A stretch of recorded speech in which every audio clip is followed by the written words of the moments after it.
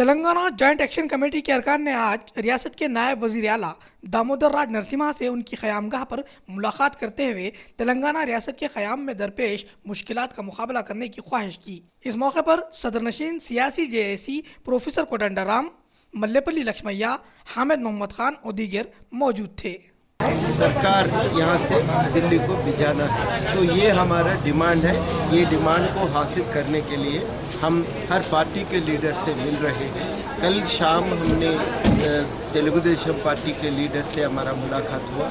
आज सवेरे हम मखदूम भवन गए और वहाँ सीपीआई लीडर्स नारायण साहब के साथ साथ वो पार्टी की लेजिस्लेटर्स एमएलए से भी हमें मिले और हमारी जो बात है वो बताए। उन्हें भी हमें अच्छा सुझाव दिए, तो सारी चीज़ों को जहन में रख के हमारा प्रोग्राम आगे बनाए कि आज हम यहाँ पे डिप्टी सीएम के पास आए और डिप्टी सीएम साहब को हम ये बताएं, आप इम्पॉर्टेंट यहाँ की तेलंगाना के लीडर होने के नाते आपके ऊपर बहुत ही जिम्मेदारी है।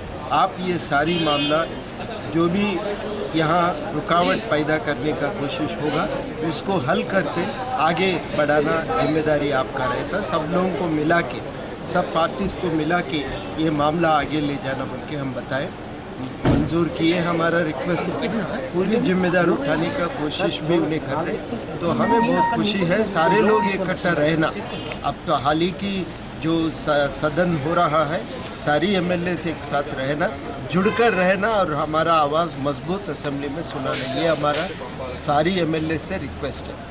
आज कल से हम लोग यहाँ के अवामी नुमाइंदों से हम मुलाकात कर रहे हैं। तेलंगाना के जितने अवामी नुमाइंदे हैं, एमएलएस हैं, वो सब इत्तेहाद और इत्तेफाक का मुजाहरा असेंबली में करें और जो साजिशें हो रही हैं कि असेंबली को 2 दिन में बर्खास्त करने की जो साजिश है वो तो ख़त्म हो चुकी, लेकिन जिस ज़माने में तेलंगाना पर गुफ्तगू करने के लिए कहा गया उस वक्त तो वो गुफ्तगू नहीं किए, लेकिन अब गुफ्तगू का मौका आया तो वो वक्त को टालने की कोशिशें और साजिशें कर रहे हैं। लिहाजा हमारा मुतालबा यही है और तमाम लोगों से हम मुलाकातें कर रहे हैं, तमाम एमएलए से।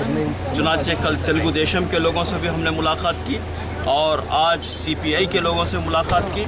अभी डिप्टी सीएम साहब के पास यहाँ मुलाकात के लिए आए हैं और फिर थोड़ी देर में 4 बजे हम जनाब ज्ञाना रेड्डी साहब से मुलाकात करेंगे।